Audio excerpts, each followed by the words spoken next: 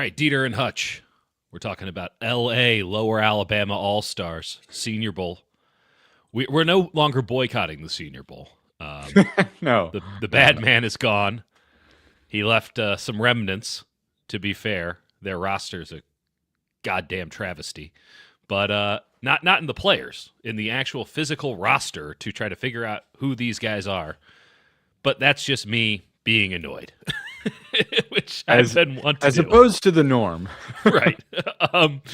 Let's go through some news and notes before we get into our guys, and I do think we'll keep this one rather tight because the Senior Bowl itself hasn't even been played. Not that I give too much of a damn about like the 11-on-11 aspect of it. I like the one-on-one stuff, but I know you're going to be all over it, and so we'll get your breakdown whenever that in fact goes down, and I'll probably get it before anyone on the show gets it. But Sure. Okay, two things to note. Matt Mayoko did a little journalism yesterday and got from 4949 that they have, in fact, done 3 interviews for defensive coordinator. Yep. To the shock of no one, Gus Bradley was one. Then they also interviewed Joe Woods. And, who was the other? Oh, Raheem Morris was interviewed, which now we are definitely in a spot, Jake, where they are overtly waiting on Jim Schwartz to see if they can do something there. I think the whole thing, and it's not that, like, they always try and keep stuff under wraps, but it is more than usual, I think. And I think the point is that, one, Kyle really values Raheem Morris and Gus Bradley and all those guys, and doesn't want to probably upset them and say, hey, we're going to take as long as it takes to get to Jim Schwartz. Right. I think there's an element of that. So I think they're gonna see where that situation is and try their darndest. But like that could take a minute. Like there's like I wonder what happens there if like they say we're gonna set like a cutoff date and just hire Raheem Morris at this point if we can't talk to Jim. I'm just very curious on where the depth chart lies in-house. Because obviously they were all about Gus. They said that the net wasn't very wide, to paraphrase. But they bring in Raheem, which surprised me a little bit. Obviously, you do have to interview 2 minority candidates. You are not at a lack of possibilities there in the world of the NFL in 2026, which is a good thing. But like Raheem Morris coming in, I can't imagine that he was some sort of... with apologies to Joe Woods gets a lot of these interviews on those grounds, which is not fair to Joe Woods. But... I mean, yeah, he used to coach, for anyone, he used to coach like defensive backs and the secondary for the Niners before he took the Browns job and then didn't do very well. Right. So he's kind of in the Art Shell mold of years past for defensive coaches. And then Raheem, like, you don't have to bring in Raheem, I guess, unless you're seriously considering him. I would hope that they're seriously considering him because he's a better option than Gus. Yeah, he is. He's a better option. He is. I don't think they would talk to Raheem if they weren't serious about... I think there's like a level of relationship that Kyle wouldn't bring him in if they weren't seriously considering him. I think he's... I don't know. It's interesting. It's like, what do they value? Do they value people that have like been in the building and know the language? And I think they tried to interview his former colleague in Atlanta for the secondary's job with, again, as Dieter found out, and then everyone sort of aggregated over the last of hours. They could have plugged the show a little bit more in the aggregations. They could have linked to Dieter and Hutch. That's all you want. That's all you want. Just an idea. But like once Bullocks is not on the coaching staff. Right. And they interviewed the Atlanta secondaries coach who worked with Raheem. There's an element of like due diligence of like talk to him and see what his experience is, maybe bring him in for Raheem. You could argue that. I think if I had to place a bet, I think if they don't get to talk to Jim, I think it will be Raheem. But again, that's like a 55-45 Raheem over Gus, because there is just an element of like, do they just want to be comfortable with Gus because he's just what they know? And I guess comfortability is death in the modern NFL, and I think that operates on several levels. Yeah, I'll say this: there are clearly very strong Gus supporters in the building, and the way that they were talking about this going into an interview process, which was handled in a very clandestine manner, um, gave me the indication externally that they were just making sure that the table was clear to hire Gus. I can't say that that's no longer the case. I can't say that they're taking this seriously, but the fact that they have not hired Gus yet does provide an ounce of hope that they won't go that route. And having Raheem Morris interviewed and in the bag, Yep. though again, Raheem can take a job somewhere else. I'm sure that he's a wanted commodity. Yeah, there's some optimism that can be gleaned from very small amounts of information that they won't do what you and I both agree is the lazy thing to do. And I guess they've disproved some level of laziness, but definitely not the correct thing to do. I mean, I don't know. I mean, they did what they said is they would cast a small net of candidates, and they clearly have a desire to talk to Schwartz, which is all fine. Yeah. I do think it would still behoove them to talk to some younger guys that are in assistant roles. That's sort of my general thing. Is like this is as much as it is about, and in part, and I'm sure they're probably not doing that. Their argument would be we have 3 serious candidates. We don't want to upset those candidates by talking to other people. I would argue you could inform those candidates, hey, we're going to just talk to some other assistants just because we want to pick people's brains. Yeah. And I think they'd be smart enough to understand that. But again, I'd I also think like to note on that, 2 of those 3 are unemployed, and the third one isn't getting job offers anywhere else. Right. I appreciate looking out for, theoretically their feelings, but also it's a job hunt. You're not beholden to their feelings. You're beholden, in this case, to the shareholder, not technically shareholders, but you're beholden to do the best. You have a fiduciary duty, if you will, to produce the best possible defensive coordinator for your team. And you can take into account familiarity and things like that in that process. But you have the responsibility to the fan base, to the players on your team, to absolutely give this thing its best shot. I'm encouraged that they've given it more of a shot than it seemed as if they would and what I heard they would. So that's a positive. But and the fact that, again, it's delayed gives some credence to the idea that they're waiting to see what happens with Jim Schwartz. And I guess they're in an unenviable position because they cast such a narrow net. They're not in the position where they kind of have to get on with it. So that's just something it is we're a going to lot keep of an eye on. guys that they should know where every single person they've interviewed is in the process. So yeah, I mean, we'll see. I think it'll be really. They could easily be like, Jim is not coming. Like we can't even talk to him. The Browns are going to hold him to that contract, and that's the end of that. And then they make a decision. At the same time, I would think that they're going to try and push. And there's also an argument that hey, maybe they want to talk to the DB's coach for the Seahawks, who they also have to wait on. It should also be noted that with the Rams and the Rams are done with the Seahawks and the Patriots. I don't know of that much going on with the Patriots staff, which is telling. No, but the Seahawks obviously are fixing to get poached when this thing is all said and done. Yep. As the 49ers well know that feeling. That brings, it's kind of like the transfer portal closing in college football. It brings some level of finality.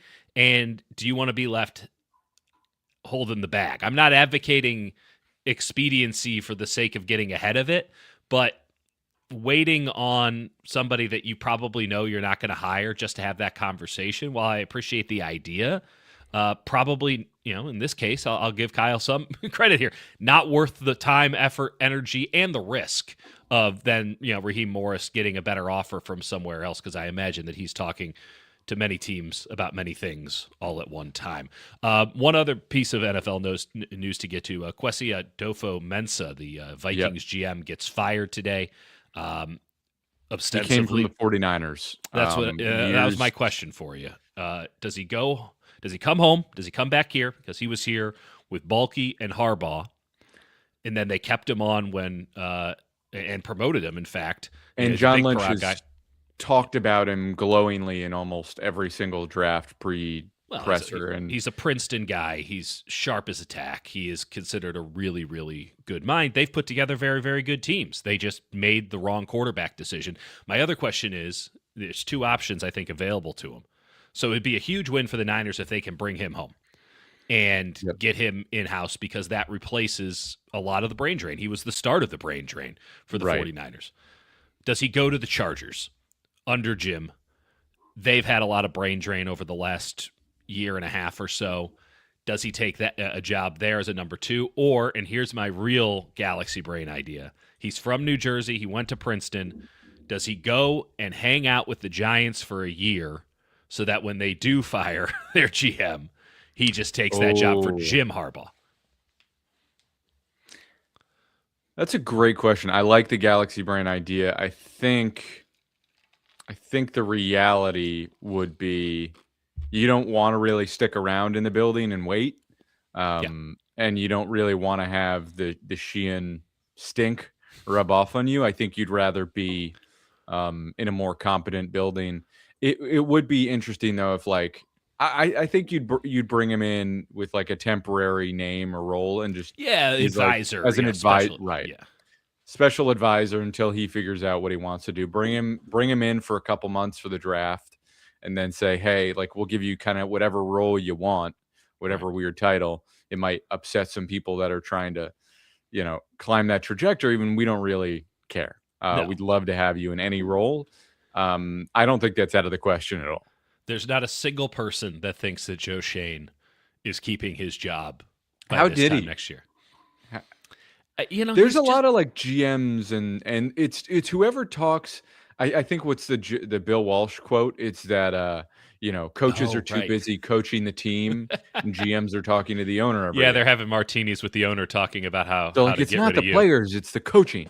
Yeah, he probably a pretty good politician with the Mara family.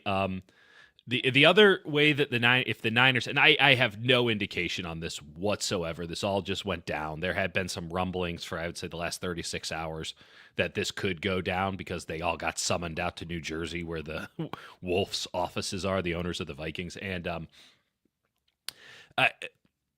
lot of people have made this sort of overarching, vague suggestion, comment sections, stuff like this, that you bump John Lynch up to a different role and then you hire someone else to actually be the GM, as if John Lynch didn't do a very good job this year.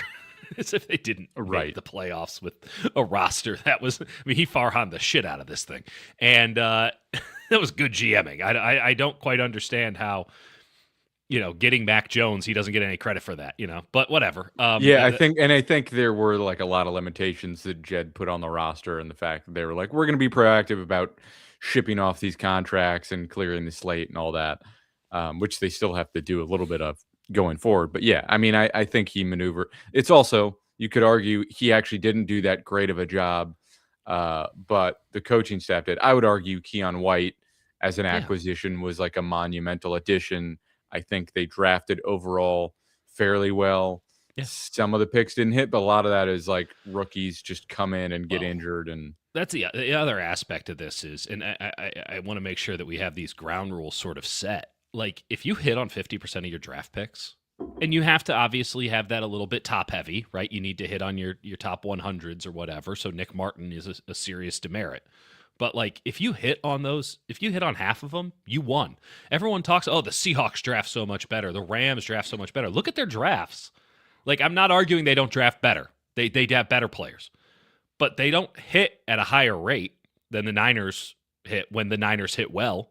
The problem is the Niners hadn't hit well for many years. But these past 2 years, they've hit well, in my opinion. Now, it's still jury out on a lot of them. Right. But they've hit well in that you feel positive about a lot of the names if you just go down the list. And because it's not they're not batting 1,000, like they're on an absolute tear when it comes to drafting the past 2 years. When you think about the hit rate, and again, this standard of, these other teams draft better. Yeah, they have better players, and they've done it more consistently.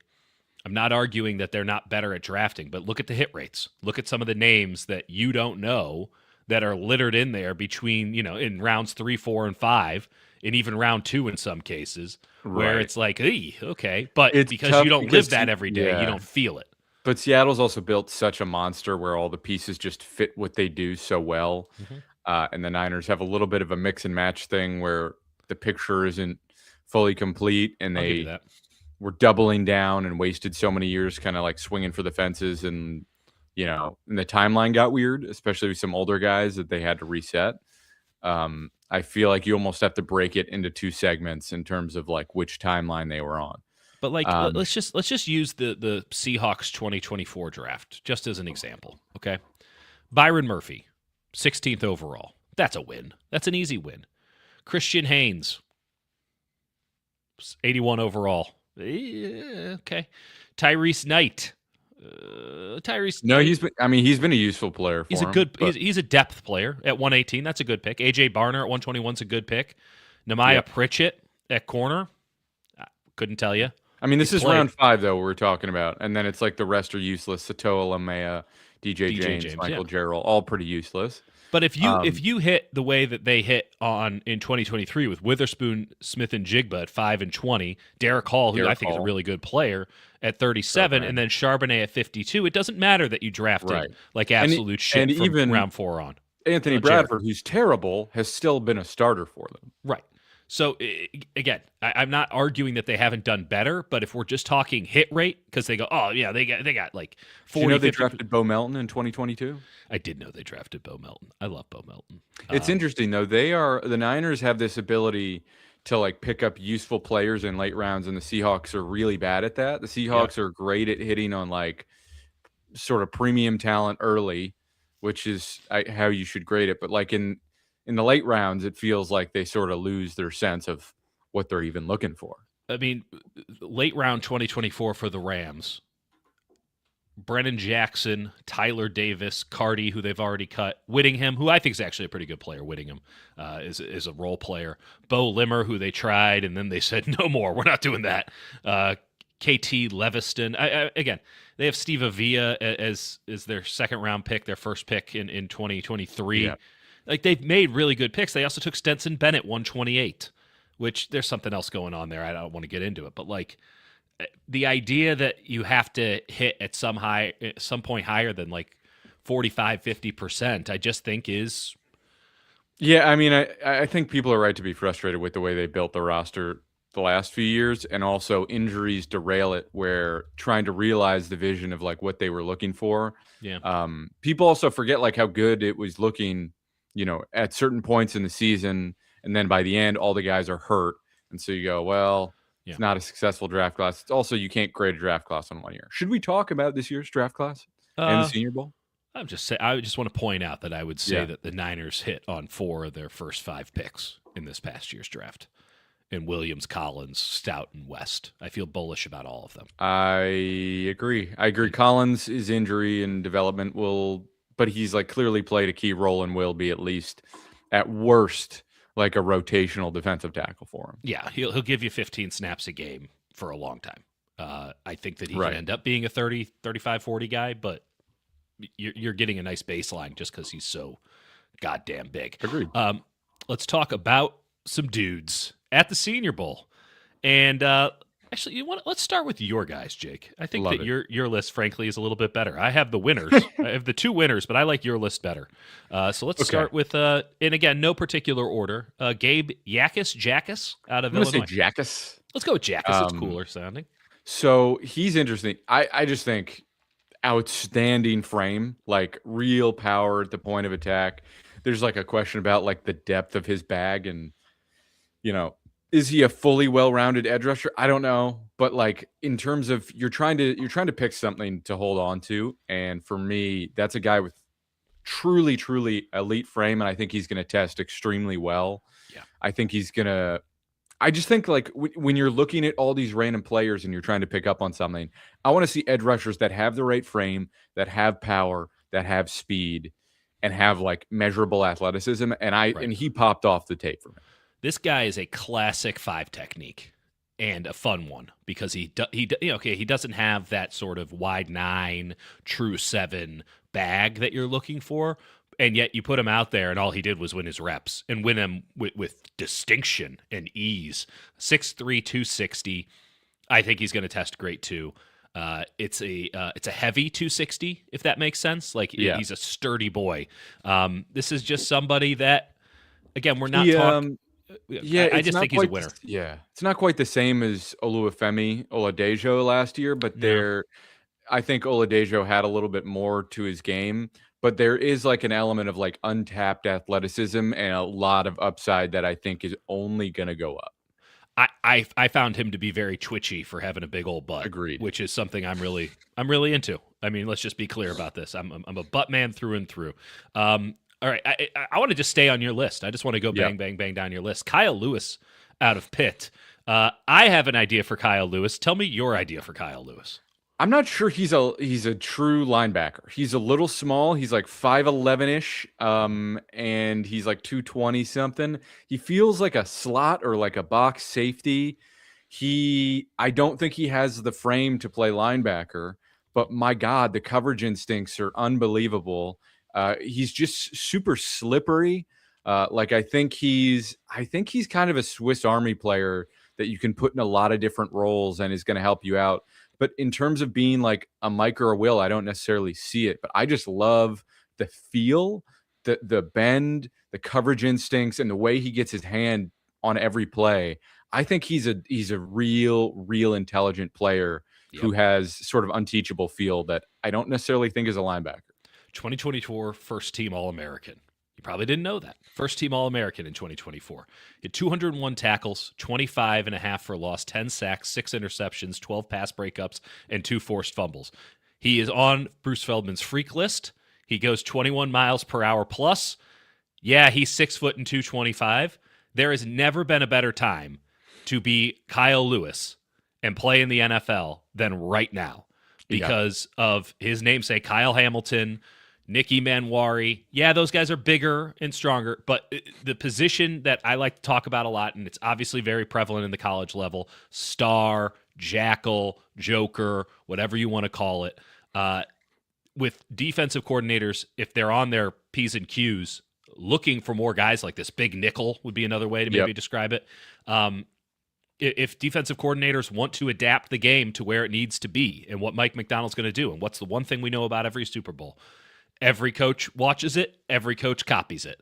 Whatever happens in the Super Bowl, you're going to see in places that they shouldn't be trying all across the NFL next year. And people are going to watch Emanwari, and they're going to watch Witherspoon sliding in, and they're going to go, oh, we should try that, as if it's a brand new novel idea that hasn't been happening since 2023 and even beyond that in the NFL. Turns out you need elite coaching and elite athletic talent to What a concept. This guy's an elite athlete. This guy doesn't have the frame. All he does is win. And maybe the better comp, if it's difficult to kind of put him in that Hamilton Emanwari thing because he doesn't have the crazy long arms, he doesn't have the frame. How about like a Buda Baker type where put him in the box, he's undersized. How about a Honey Badger type? Back at LSU days, early Honey Badger. And Smile Munden was a linebacker I love sort of like this. I think he's a backup for the Eagles, but he was sort of like a weird player where he just looked awesome in the slot as more of like a quasi safety player. And he was bigger than this. Yeah. But you're talking about players who can play a lot of different roles for you and have fluidity in coverage. And there's just something to him that you're like, you're going to find a spot for him. And unlike, remember when you were doing the Isaiah Simmons thing of, is he a safety? Is he a linebacker? He was stiff. Like he was big and so it was like fun, but it was like, no, he couldn't cover or really do the things you needed at either position in the modern NFL. This is more of a flexible player. And that, I'm really happy you brought up Isaiah Simmons because I was just thinking about him a couple of days ago. And what he should have been, obviously we're in a very different era of NFL defenses, but he should have been a 3-4 outside linebacker in kind of the Terrell Suggs mold. Yep. The problem was he was too stiff to play that. He didn't have enough bend. And that should have been the red flag that said, no. I covered the Warriors back when Draymond first got in the starting lineup. And I'm a Draymond apologist in many ways. I won't apologize for that. But Draymond, amongst so many things, and I've talked to Steve Kerr about this a million times over, a lot of things were happening with the Spurs and the Heat before that and positionless basketball. But the term tweener was a real kiss of death in the Right. NBA up until the mid-teens. And Draymond Green turned that into, frankly, an archetype for success moving forward. I'm not saying we're nearly there yet, and I'm not saying it will happen, but it does feel as if 9-year-old Dieter's idea of building the whole team out of safeties is closer than it's ever been. You don't know that an archetype exists until someone proves it to you. You go, well, he doesn't fit into the archetypes we know, Right. so he's nothing. He's in Right. between these things rather than it being its own entity, which I think is a pretty like understandable way humans, view archetypes and view things that we understand and we don't know, because instinctively you go, well, I don't know what this is. Yeah. Like that can't work because it's new and different. And But isn't that I don't know exactly that it what you fits. want? Isn't I that, don't you agree. want something new? And how do you game plan for something that you don't quite understand? I agree, but I think there is, despite a lot of like very intelligent, crafty, innovative coaches, there is still a lot of institutional belief in what works and what doesn't. True. And until someone like a Mike McDonald or like a Ben Johnson, who aren't from these like deep families of coaching trees, who kind of don't give a shit, prove something to you, you kind of aren't sure that it's going to exist. And and I think that's where we reject some of the stubbornness the 49ers have had in years past, especially going forward. Just devil's advocate real fast. Yep. How do you game plan for it? Well, also, how do you coach it? And especially Yep. guys who have a lot of institutional knowledge, which the Niners very much value, becomes a bit of a problem. You get very set in your ways. You get more conservative as you get older, I hear. But I think that applies to many, many things beyond just the baseline politics. Let's talk about someone we actually talked a good deal about last year, Jake. And you get to pronounce his name. Davison Igbinosun, Ohio State. If you are not subscribed to the Hutch Report, I did my first episode of, I want to keep on to call it Behind the Iron Curtain. Behind the Curtain. At this point, you should just call it that, and I can just call cringe it every Behind time the you Iron do. Curtain. Yeah. So it's essentially what I'm doing is you're sitting down with me as I watch tape. Yeah. So it's great. It's just sort of first look, what my feel of a player is, what I'm looking for. And again, sometimes I'm going to go, oh, I'm not sure. And then you wait until you see a pattern. With Igbinosun, he's really interesting because he has almost the perfect frame and athleticism to be an elite corner. Like just sort of an ideal build, maybe a little light, a little thin. I think that's a concern. I hated how he played the run game against Michigan. He looked at sometimes like he did not want to be involved. And I typically don't like that. There's a Sauce Gardner-y element. I think he is a little bit more physical than Sauce Gardner, which is a pretty low bar because Sauce Gardner is just a string bean who doesn't care about tackling at all. I think he actually does have decent tackling form, but he gets washed out and gets attacked. As a corner, though, he has an ability to shadow routes and run the routes for wide receivers in a way I don't see from a lot of other people in this draft. When he gets beat initially, he has the long speed to catch up. He has the length. I think what annoys me about him is he does the hard stuff really well, and then the easy stuff, like he'll get handsy and just be overly handsy and like draw a flag or do something stupid where you're like, I don't know what you're thinking there. He also has a tendency to have this like false step where things in front of him, I think he's a little bit worse. Like going deep, covering deeper routes, I think he's much more natural, which again, I think are harder to cover. But things where it's like a hitch or a quick outbreaker, which are the more common routes you're going to face more of the time. Of course. He has this like false step at times where instead of just driving on it, there's like a split second where he goes back another step that I worry about. And so for him, I think there's a world where he is truly a top 5 corner in the league in 3 years. I really think he has the athletic capabilities, some of the things he's flashed on tape. I think there's also a world where he is he's not able to play special teams because of that size, and he just doesn't figure it out. And so you've got like a Jeff Okudah situation where he's kind of useless in 3 years. I think there's a wide range of outcomes for him. That said, really impressed me in some of these Senior Bowl reps. I think the ball tracking can be a little shaky, but his length allows him to play through it well. He's a really, really interesting prospect, and I kind of don't blame anyone for any take they have on him because Yeah. there's such a wide range of outcomes. Yeah, he's definitely a Rorschach test of a player. I think what we talked about him a lot last year, Yeah. and we thought he was kind of a third round guy. Is he still a third round guy? Because the way that you describe him, that's probably a third round guy, but because of the upside, he's not. Like that's kind of where I lie on him. He is, to me right now, I feel like I would feel comfortable drafting him in the third round. I think realistically he gets pushed to round 2 in terms of all the measurables, the fact that he does communicate at a high level. He had to play a lot of cover 4, a lot of cover 6, a lot of communication involved in that. Ohio State runs pro style defense. They actually jam on the line. I think he goes round 2. I so appreciate them. I think he goes round 2, and you go, this could be a total whiff.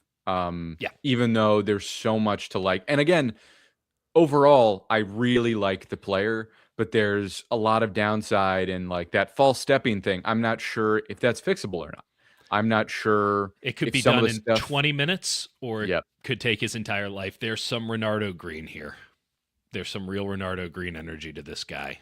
But I like him. I like him a lot, and I think he showed well at the Senior Bowl. I think so too. I'm going to rip through my last 2 guys. Yeah. I was surprised that Bo Stevens made your list, to be honest. I didn't have him as any, demerits or anything. He just didn't stand out to me. What did you like about Bo Stevens?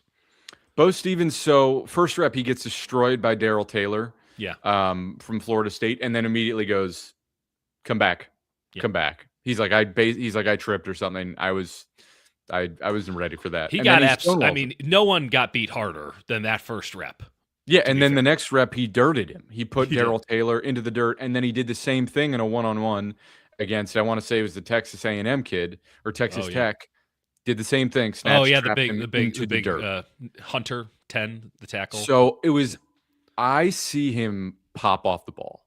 There's one guy on Twitter who has been, I think, Spider Rico, who has been incessantly sending me Bo Stevens clips. I watched a lot of Iowa last night. He flies off the ball and can really move and drive in the way someone like a team like the 49ers loves. There is sometimes where he gets stood up straight, and that worries you a little bit. But I don't think he is a horrendous anchor. I think anyone from Iowa you can draft in the third round and feel good about. I think he has the lower half drive, the athleticism to really move people in the run game and get out in space and do damage. I think the pass game will be another question, but I think he really works well with other people in a unit. And I think, some people might mock him as like a day 3 guy. I think realistically he could go in round 3 and you'd feel good about that because I think he will test incredibly well. And I think in the run game is just phenomenal. I thought Durant got him a couple of times just going through my notes here in this one. Again, he'll give up. To be fair, he'll give up a little, but he does hold it. It's not like he's consistently getting driven back. That's a positive. And you're talking about him as a center specifically? Guard. Okay. Left guard. Okay. There's the other Iowa guy, Caleb Jones, I think, right? Who's the center. Yes, that's right. If I had a clearer roster, that would be a lot easier to tell you. Yeah. Right and off it is. The top. You can't go with Iowa. You're like, are they all the same guy? Well, they got a Green Bay Packers to them. Yeah. By the way, Jennings Dunker, I don't know about him as a tackle. We can talk about him in a bit. Jennings Dunker is going to be a name that's talked about a lot because I think he's getting a lot of first-round love. I think we just talk about him now. I think he's a specimen of a man. I mean, first off, let's just talk about offensive line aesthetics. He's got it. I love how low he gets. I think that he looks like a guard, and you can bump him out. I mean, I don't know. Maybe I'm giving Spencer Burford too much credit. Maybe this is why he's about to get $10-12 million.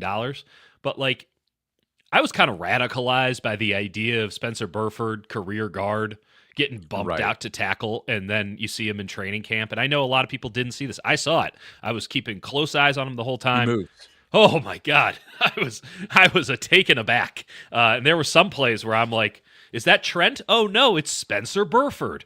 Of course it's not Trent. Trent doesn't practice. But Dunker is not that guy, but I love the idea of putting him and his prodigious gut in the middle, and then again in a pinch bumping him outside. I think we're I'm very with you. framed. Yeah, I think he's a guy that is going to be a useful offensive lineman immediately.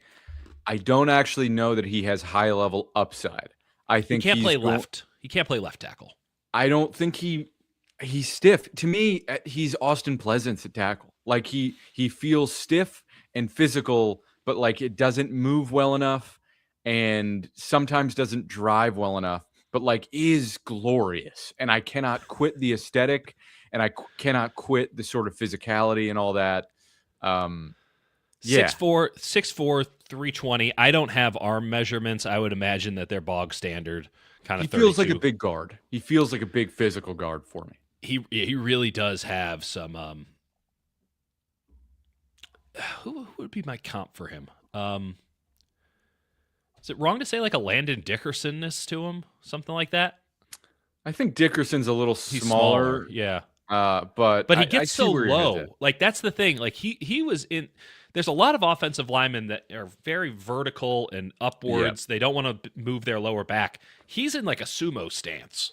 Yeah, on it's every like Trey Zune for Texas A&M, who again I think is a center, but like he's like low as hell, and he stands up straight, and you're like, oh, you're not that short. No, you're like 6'2", 6'3". You're a pretty big guy, but you understand that low man wins, and you're probably not. You don't have the nimblest feet, and you're not the strongest. So how are you going to win? Right. Angles and getting under somebody's a good angle. I like Dunker. I am much lower on him than I think most people will be based on aesthetic and vibes and pure gloriousness of his energy. Last guy I'll talk about.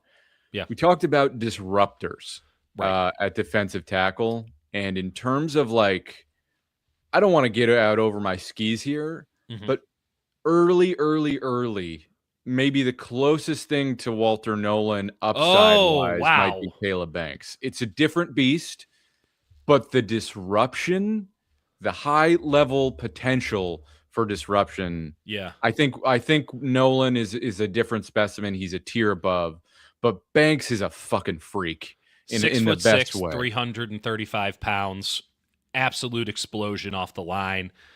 You know who my comp was? I think I know where you're going to go, but say it. DeForest Buckner. Where'd you think I was going? I thought you were going to go to, played for the Cardinals last year. Enormous. He's 40 years old. Yeah, that would be. I won't even say it. It's blasphemy. I know. No, he's not that guy. This is a gap splitter at a huge size with. I wish he had longer arms, frankly, but they're long enough. I mean, he is. Yeah. He wins the way that smaller guys win with the size to also hold up that way. And when you get into a lot of these pre-draft, postseason, situations, you end up with a lot of kind of one-trick ponies, like Hunter for Texas Tech, the number 10, the defensive tackle. Like what he is, and you get these little gleans of positivity, like, oh, he looked pretty good in pass rush, because he can stop the run. Or you get these guys who are 2 inches too short and 30 pounds too light, but they explode off the edge and they win in a lot of one-on-ones, and so people get excited about that. But then you actually have to put them on an NFL field, and it's like, there is levels to this. This guy has the frame, and to show the level of pop and slitheriness off the line without being like, crazy, super twitchy to where you're talking, top 10 pick, because if he had that, he'd be a top 10 pick with his frame. Yeah. But he looks like a real diamond in the rough. And I think it's pretty polished, actually. The high level upside is game wrecking. Like truly a guy who you have to double team and freeze up everything around him. Again, I got to watch more on him, but just from the Senior Bowl and just in terms of like the holy shitness of it all. And let's be very clear about Caleb Banks here, because I imagine he's someone we're going to be talking about a tremendous amount moving forward. This is a first-round player. He's a first-round player. He might not get drafted in the first round, but he's going to get I have a hard time, and we'll get into this Florida tape in earnest here. We've been mostly offensive line lately. Like, I have a hard time imagining that he's not going to get a first-round grade from us with our love of projectables, our love of guys who can do it all, our the size, just the mere size of them gets people excited. I think right now Mock Draft Database, which at this point I'm using as sort of the consensus, right? They have him at 29. There's going to be a lot of teams. As Kawachipto mentions, he's coming off an injury, has a worrisome injury history. That's another reason might be, round 2 guys are sometimes round 1 with injury worries, that sort of thing. There's a world where he's a round 2 guy, definitely. But man, like if you want to say, I'm not saying you're wrong. I'm just saying what a goddamn steal that would be. And honestly, you could go and be like, well, Javon Kinlaw was the tough thing about Kinlaw is like his whole thing was like he actually fired off the line and was super disruptive. And once he had that knee surgery, he was gone forever. And then he kept needing more and more and more knee surgeries, and so he could never have that. So he had to become a different player. And to be fair, there's some concern here because Banks at Florida I really dislike the University of Florida on a personal level. I agree. But if I recall correctly, he was a little bit too finesse, not powerful enough, not just taking on blocks, shedding dudes. He was always looking for that pop. He was also poorly coached at the University of Florida. I can very confidently say that, understanding who was on that staff and the attrition that the staff had from Billy Napier's first year. So there's going to be concern about, okay, we are in somewhat of a Kinlaw situation where it's this huge dude who doesn't play huge. That's not, I didn't get a single Kinlaw vibe off of him watching him. And I guess the tape will be the real judge of that. It's going to be really tough on that tape, though, because the level of quit in that Florida team got very high, very late. And I also believe that's when their schedule got even harder. So Agreed. We might be watching a lot of USF Florida tape when it was the last bastions of glory. Let's go to my list. One more thing I want to mention before we get into Dieter's guys. The salary cap projections are in, and OTC had him at 295.5 as an estimate, 295.5 million. That number has gone up, 301 to 305. So each team is probably getting, compared to what we have been estimating, another 6 to 10 million. In cap space this year. Who wants to go buy a defensive tackle that will never actually pan out? Because if I got some extra cash for you, we can do the Timofey Mozgov prediction in Mozgov. We'll have to, Mozgov of the Year award. Mozgov of the Year. Okay, let's go to my list. Your list I felt was much stronger. My list is very high end. And ironically, bottom heavy. Cage Casey, offensive line out of Boise State. This was a man who was done dirty, frankly, by the coaching staff at the Senior Bowl. I'm not implying that they're not good coaches, and I have no frame of reference here. I'm not in Mobile. He was at center on day 1 and looked awesome. He looked really good.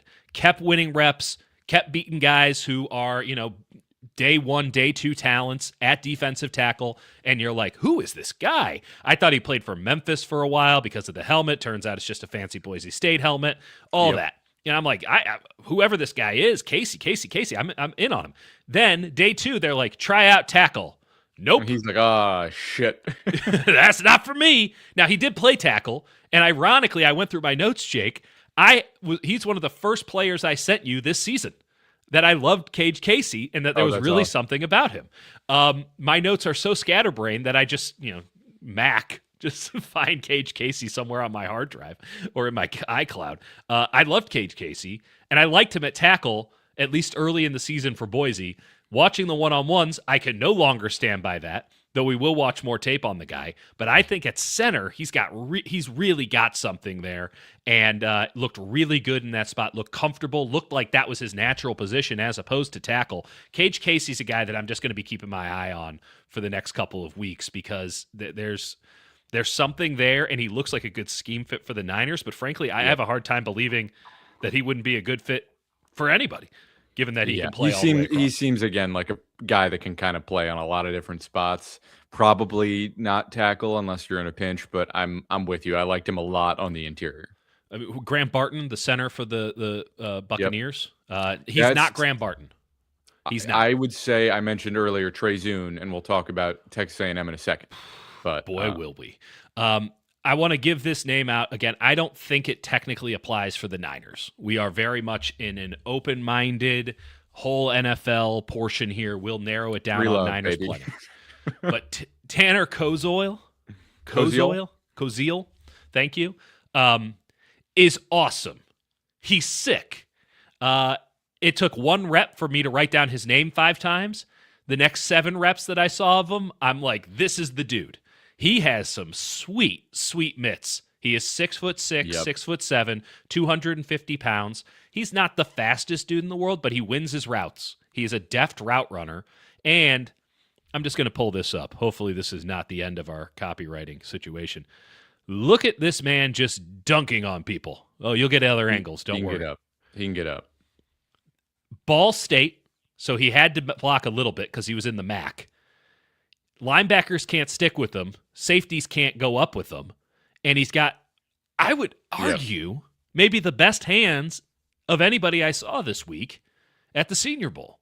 So Tanner Koziol, whatever you want to say, I think has worked his way up a very, very Spartan tight ends list. And the tight ends are interesting. The tight ends are really interesting. There's a wide variety this year, which, maybe they'll work out, maybe they won't. I don't think there's the premium talent like last year had. There's one. But it might be deeper. Well, yeah, I mean, no, there's obviously Sadiq and then the rest. Yeah, but there's a lot of guys in that late second, third, fourth round range. That's sort of 60 to 115. If I had to put a ballpark on it, a really weird, strange ballpark that I just threw out there, let's call it 50 to 150. There's like 12 to 15 tight ends that can get drafted. Right. And frankly, between now and the draft, you could just flip them. You can mix and match it. It really feels like there's a lot of I have no faith that the Niners will select a useful one. Their process at tight end since George Kittle has been astoundingly poor, aside from Charlie Warner, who is a useful player. What about Cam Latu, current fullback and special teams ace of the... Once again, I will mention Cam Latu was the only player in his draft class, and I looked at a lot of tight ends.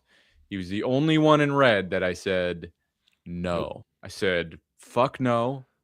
Yeah. Just there's nothing to hold on to. There's no explosion. There's no blocking. Like he didn't have the physical upside. He didn't have the production. He was just like a large target in the red zone. The 49ers went, we love all the nothing he can do. Let's take him in the 3rd round. He went to Alabama. He must be good. He was a late day 3 guy. And they were like, we got to get him round 3. Well, they nailed it once, and they're like, "Oh, our process is undefeated." And it's like, no, it's actually he didn't test well at all. He was incredibly mediocre.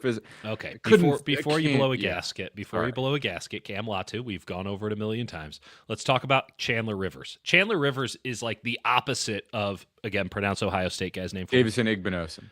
Doesn't have the frame, but by God, is he a scrapper? He like Igbinosun. Right? Igbinosun, yeah. Igbinosun. Thank you. I'll get it right.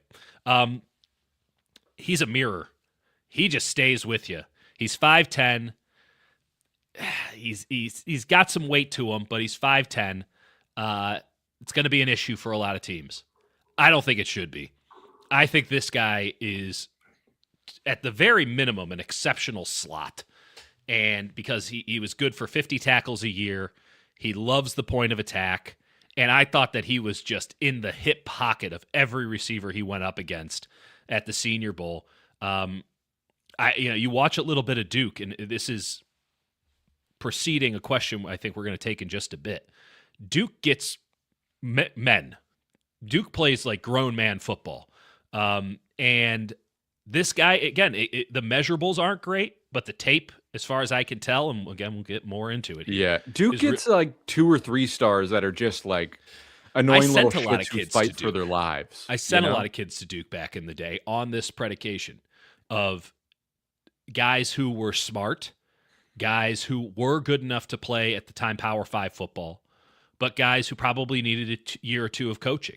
And when I was in South Florida, I mean, in part of ranking every kid in South Florida, I ended up doing a lot of mentoring of 17, 18-year-old guys in South Florida in trying to get them to the right spot and connecting them with the right coaches. Was it journalism? It was the right thing to do. And I put 3 or 4 kids at Duke, 2 of which went to the league, because, hey, you're getting offers from lower end schools, Sunbelt schools, MAC schools. You're getting kind of that. PJ Fleck at Western Michigan was on me all the time about the guys that I'm like, you should go to Duke if they're offering you, because they would pull from the same pool. But I said, okay, let's be real here. You're a 2. I have you as a 3-star. Everyone else has you as a 1 or a 2-star. I think you're better than they're saying. But let's be real about the situation. The likelihood that you're going to go play pro, given your pedigree currently, right, is not in your favor. So what are you going to get out of this thing? And in the NIL era, that's a different conversation. But in the time then, when these guys are not getting bags under the table like the 4 and the 5 stars, and they're just having to pick a school, it's like, go to the best school. And what are you going to be better suited for? Apologies to PJ Fleck. He did not like this when I told him. And it's like, but apologies. Like, he's like, well, I can coach him. I can get him to the league. And it's like, yes, but you can't.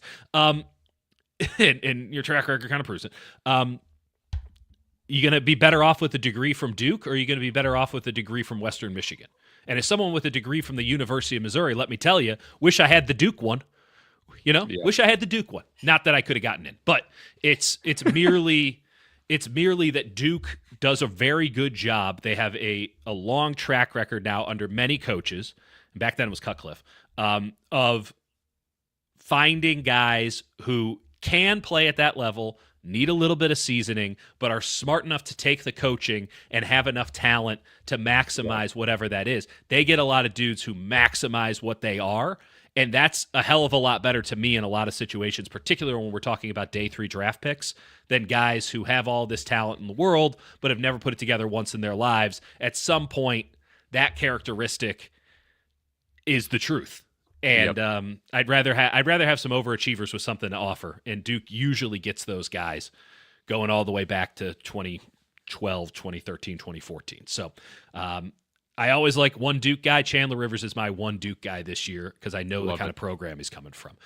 Let's talk about our favorite player, bar none, at the Senior Bowl, Jake. I'm just going to give you he's on my list. He's on anyone's list who watched. I literally have 20 screen grabs on my desktop right now of coaches just in awe of Demetrius. Crown over.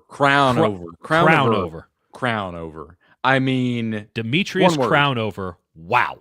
What a fucking specimen. I mean, this dude is phenomenal. And sometimes when you see an enormous tackle, and let's be clear, biggest guy at the Senior Bowl. Yeah. He's huge. Like he made very large defensive ends look puny. When you see a guy like this and you go, okay, everyone gets excited about the really large tackle. Yeah. There was a rep where I forget who it was, but he tried to power through him.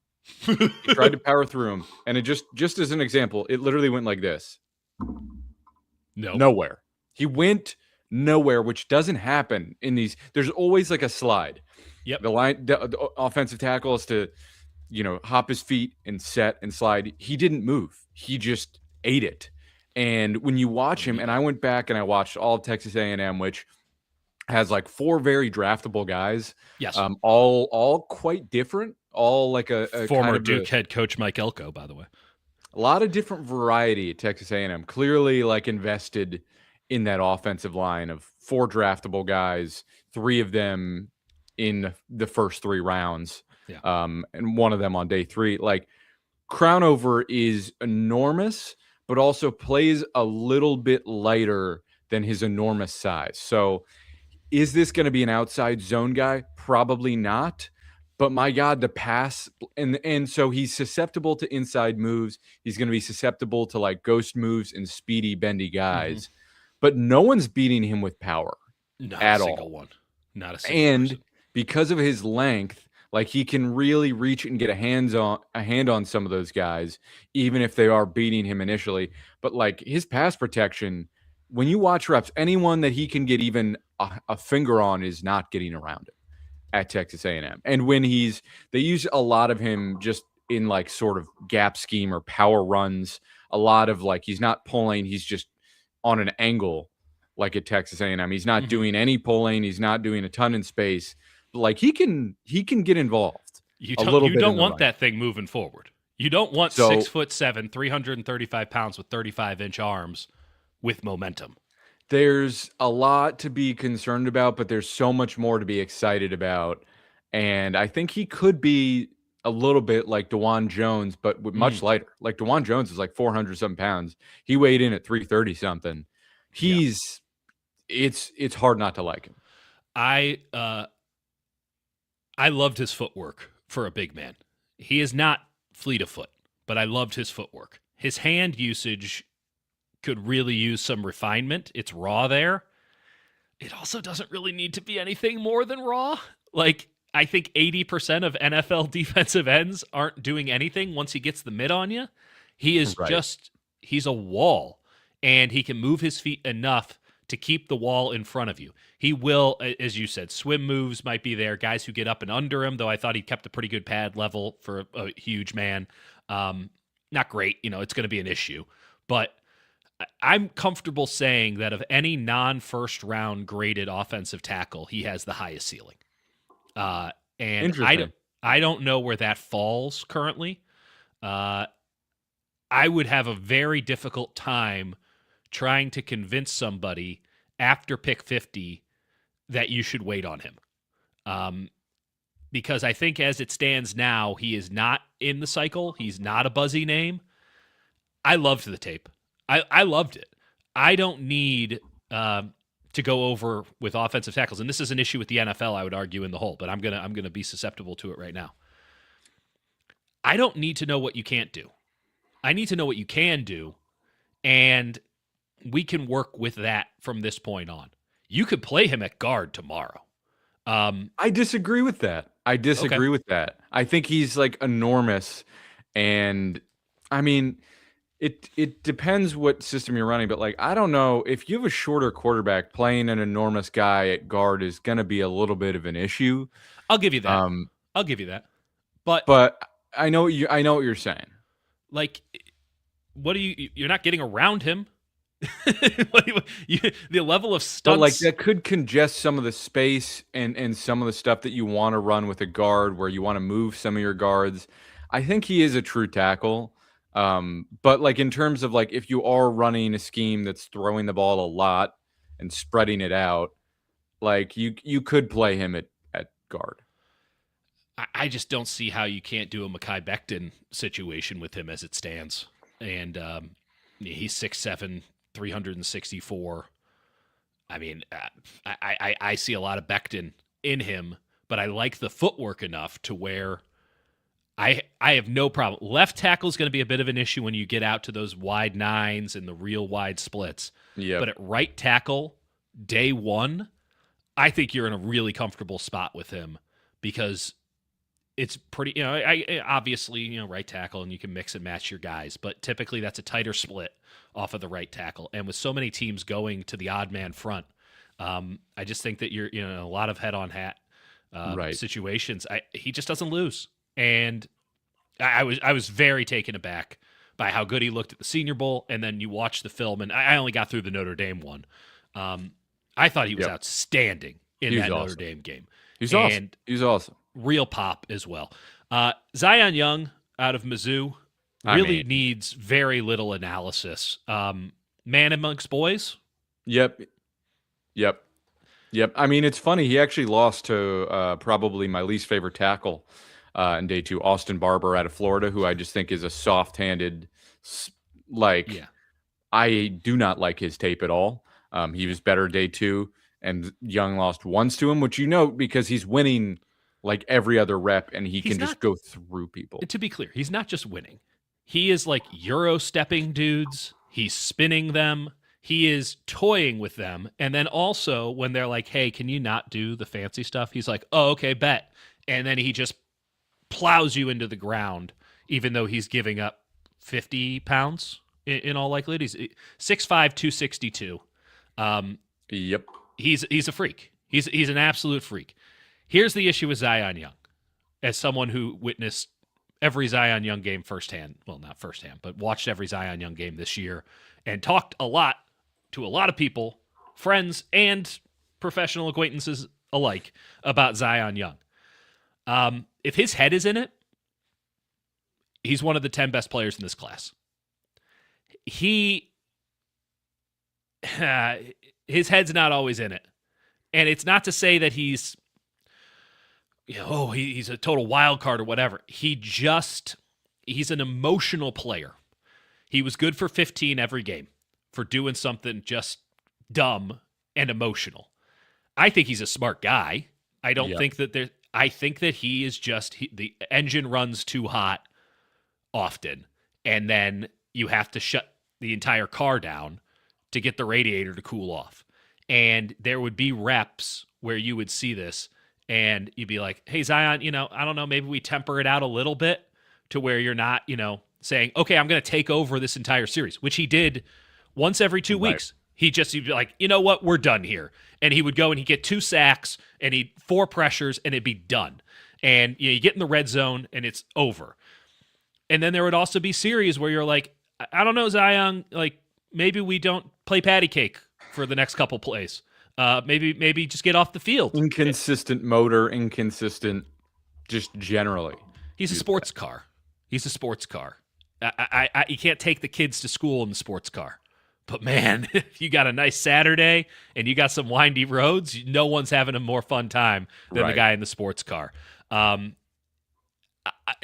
He is a first round talent with a third round temperament, and I think that he goes bottom round 1. Yeah, I don't think he makes it out of round 1, but that makes sense. That makes sense to me. I mean, he'd be and to pull it back to Niners, he'd be an unbelievable win for the Niners. I know that people would say it's a redundancy because you already have Michael, you already have Bosa. This is a get blue chip players any way you can draft. Doesn't matter where they are.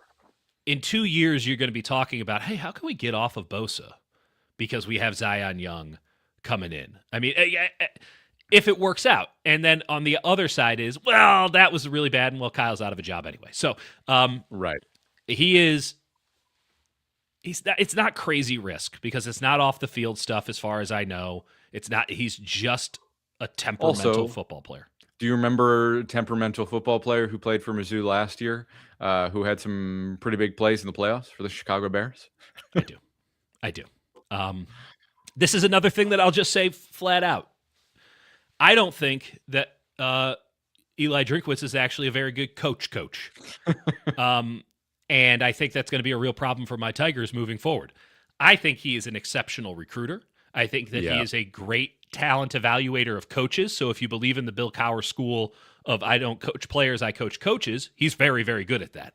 I think that he's a great CEO to the point where they don't have a GM. He's the GM of their team. Right. But if we're talking about, the Signettis of the world or the Alex Golishes of the world, guys who can get down and dirty and and get players to maximize their potential through technique and scheme and the interpersonal relationships that are necessary in all of coaching, he's not actually that good at that. Right. But he can get you to come. He wants to take a mace to your face, and you're talking about a guy who's like, got thrown a spear from a distance because it looks kind of cool. Yeah. I mean, Drinkwitz is thinking about bits and how to keep Mizzou nationally relevant. Right. And he is a great coach to achieve the goal for Missouri football that I've had, which is get in the top 25 and never leave. Like, I don't ask for much. I just want them to be in the top 25 and never leave, which they left twice this year. But they got in. So there's that issue there. And I do think that that's something that you should maybe take into account. leading us to, let's just go to this great question that we had here. And let me pull up our heads in a more normal Great manner. question. I've been thinking about this the entire show. This is from James. What non-powerhouse programs produce the most pro-ready picks? I mentioned Illinois the other day. Brett Bielema, he does an incredible job of that. Duke would be another example of this. Maybe most is the wrong term, but the guys that you get from Duke, you can trust to at least be competent. Iowa's NFL an option. Iowa is a very good option. Missouri is not one of those teams. Missouri will give you the talent. They'll give you crazy talent. It is green bananas compared to a lot of other schools. Non-powerhouse programs. South Carolina is a little too close. South Carolina is in the same big. Missouri vein. They really are, where it's green bananas. Let me think about this one for a little bit. Do you want to pull up another question? I'm going to come up with a really good answer. Yep. Big Tone responding to us talking about Raheem Morris. You'll get arrested for a guy, but not hire him. We'll see. I kind of lean, again, as I said at the start of the show, I'm kind of leaning at this point towards them going with Raheem Morris, but that is all dependent on how the Jim Schwartz stuff goes. I think it might take some time, and I wonder at what point the cutoff is. I think Raheem might still be interviewing for like Arizona. Yeah, there's still something there. And he might get that job. Have fun. So I guess it's a nice paycheck. James, Cal is one of those teams. Cal's a great answer. Cal's one of those teams. Justin Wilcox put out ready-made day 2, day 3 defensive backs and defenders. Teddy Buchanan had a nice year, I would argue, for the Ravens. Cal is one of those teams. I will come back with more. I'm going to be thinking about this too. We'll see. I think really it's going to depend on like how quickly does the Schwartz stuff resolve, because that has to happen in the next week in terms of like, can he get out of the contract? Will they let him out of the contract? Again, horrific ownership and management. So like they might just say he needs some time to cool off. I don't think he's a guy that's going to cool off and say, I'm going to come back. I think he's going to say, you're going to let me out of the contract or I'm not coaching for the year. And it's up to you how you want to handle this. Or somebody says, hey, let him out of the contract. We'll pay you whatever it was. We'll pay you a fee to let him out of the contract. I'm going to give you one more. Yep. Toledo. Ooh, the Zips. No, Toledo are the Rockets. The Golden Flash. Akron are the Zips.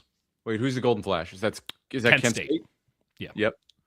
Toledo, Rockets. I'm sorry, I've watched a lot of Mac. Quinyon Mitchell. They got this safety this year. Maybe the Niners should be interviewing their defensive backs coach for some sort of a job, because he can pick them and he can keep them, which is maybe even more impressive. I'm going to come back with more. I want to keep thinking about this too. There's a lot of good options there, but that's a really good start.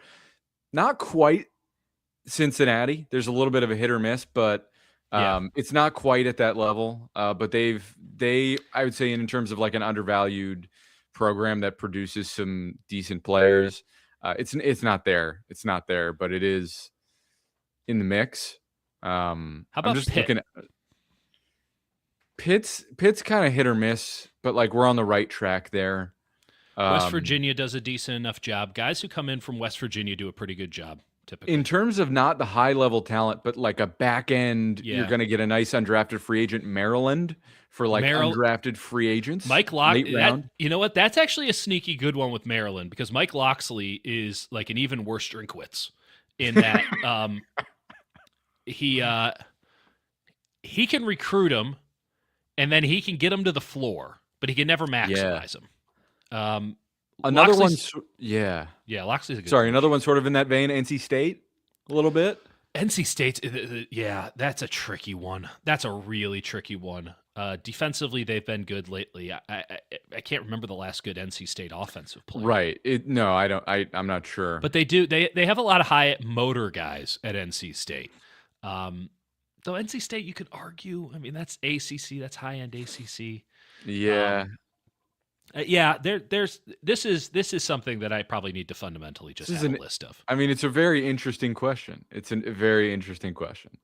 And it's very difficult in this day and age now, right? Like, what last year I would have said Indiana. Like, it's pretty. Virginia's not good enough, not consistent enough. No, they're not consistent enough.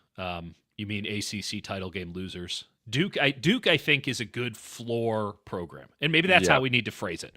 Which guys give you the best floor players? That you can, if you're drafting them, that they're kind of known entities, known quantities. Yeah. Wyoming's always got one guy. They always have an offensive lineman. God bless them. I was trying to think of, Toledo, I think, is probably the best option. Maybe the problem is Ohio is too on the radar. Ohio and Athens, Ohio. They're too on the radar. They get poached so often that, and so many of these MAC schools, it's just tricky because that's now the Big Ten's starters. Yeah, they just get moved to a bigger program, and then you go, all right, well. Yeah. And then anyone that stays at those smaller schools, you go, well, why did they stay at that school? What's their problem?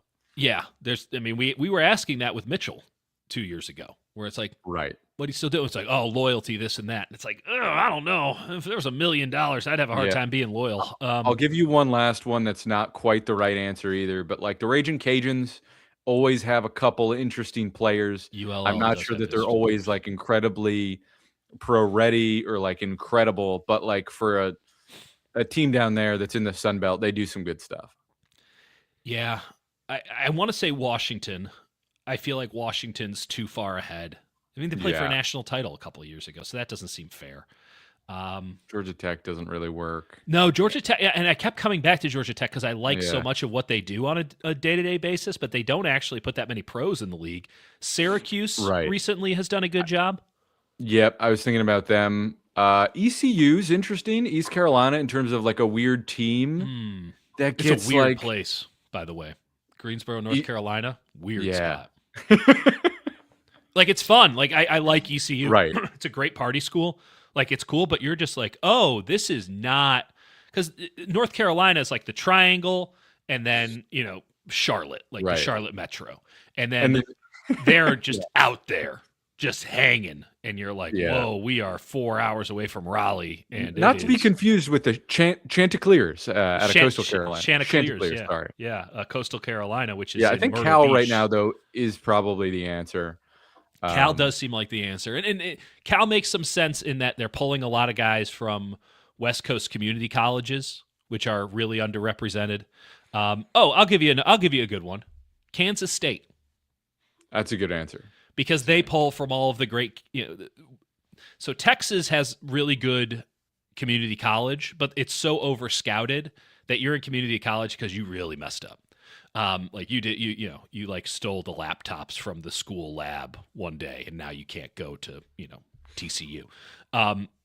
Kansas community colleges are a great example because while this is getting a lot better, kids from the plains in general just don't get scouted, and it's why South Dakota State, North Dakota State, I would argue even ND and SD are doing a much better job now. Well, it's hard to see people on the plains because there's nothing in the background. It's just there's no depth perception. So Kansas State pulls from. Kansas community college football is up there. It might be the pinnacle of community college football. Like there's no community college football in Florida, right? In the South, there's just not that much. Yep. Whereas in the plains, it exists, and it is like kind of a thing. There's a lot of D2 schools there as well. Yeah, I think that Kansas State is very good at Kansas State and Cal because they do the best job of getting the CC guys to come through and then keeping them because, well, they're CC guys, and by the time they get there, they're already juniors and seniors. So those would be my answers in a very long, winding way to come to it. Let's go with Cal and Kansas State. I feel very good about their coaching situations. I love it. Especially now. I think Tosh is going to do a great job at Cal. I love that. I think he will do a fantastic job. Like I was actually a big Wilcox fan. I thought his defenses were really good, and I thought that Cal fans were getting a little bit too big for their britches. And it's like you realize that your program was dead, right? You realize it was over. It's crazy though. Like they could be a playoff team. Give him 2 Like, years. there's a route. Give him 2 I years. mean, But Tosh has done an unbelievable job in getting a lot of guys that he recruited to Oregon and for Oregon. He brought in a hell of a staff. I mean, Oregon's going to have a they've real hard recruited time. pretty well already. Right. So there was a baseline there. But Tosh coming in, I think keeping Rolovich was a really smart move by them. JKS. Well, they might be in the same category by the end of the year. I mean, if you're a betting person, a little sprinkle in 2 years for JKS. Whew. I mean, he looks so good in his freshman year. Like, what happens now? Especially too. I mean, this. Not to get too far down the rabbit hole, but when you watch other quarterbacks in college football, you're like, Jesus Christ, what's going on?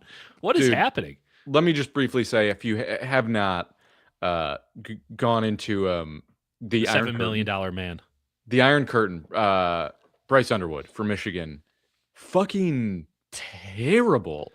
I mean, there's, even if you don't want the full episode, you don't want to pay for it, just the preview clip I have on the Hutch Report. Yeah, it's astounding how he doesn't have any concept of what he's looking for.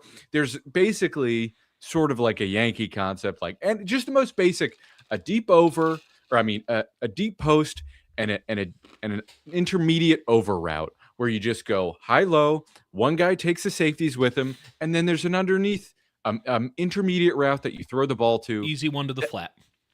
That's the read. You throw it over the middle if it's there. His running back gets blown up, but he immediately stares at it. There's no ability to move in the pocket and step up and throw, and he just starts running.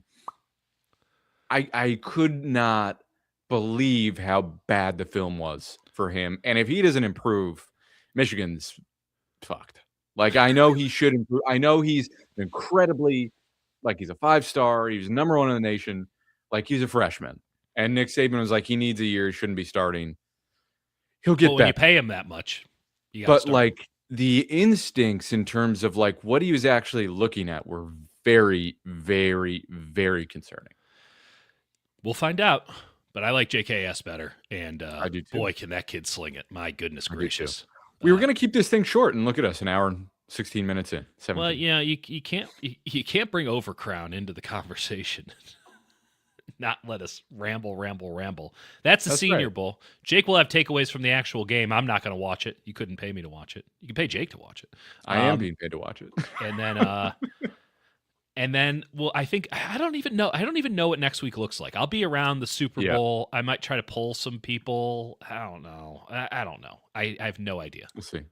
We'll see. We'll talk draft at some point next week, and maybe defensive coordinator, depending on any news. If you want to see Jake just absolutely lose his shit on an 18-year-old kid, you can subscribe to the Hutch Report. It is it's above him. You know what? I feel okay about it with NIL now because these kids are getting paid. Yeah, they're getting paid more than us. Yeah, he's getting properly paid. He's a professional, and that was not professional. No, and neither was this. We'll talk to you next week.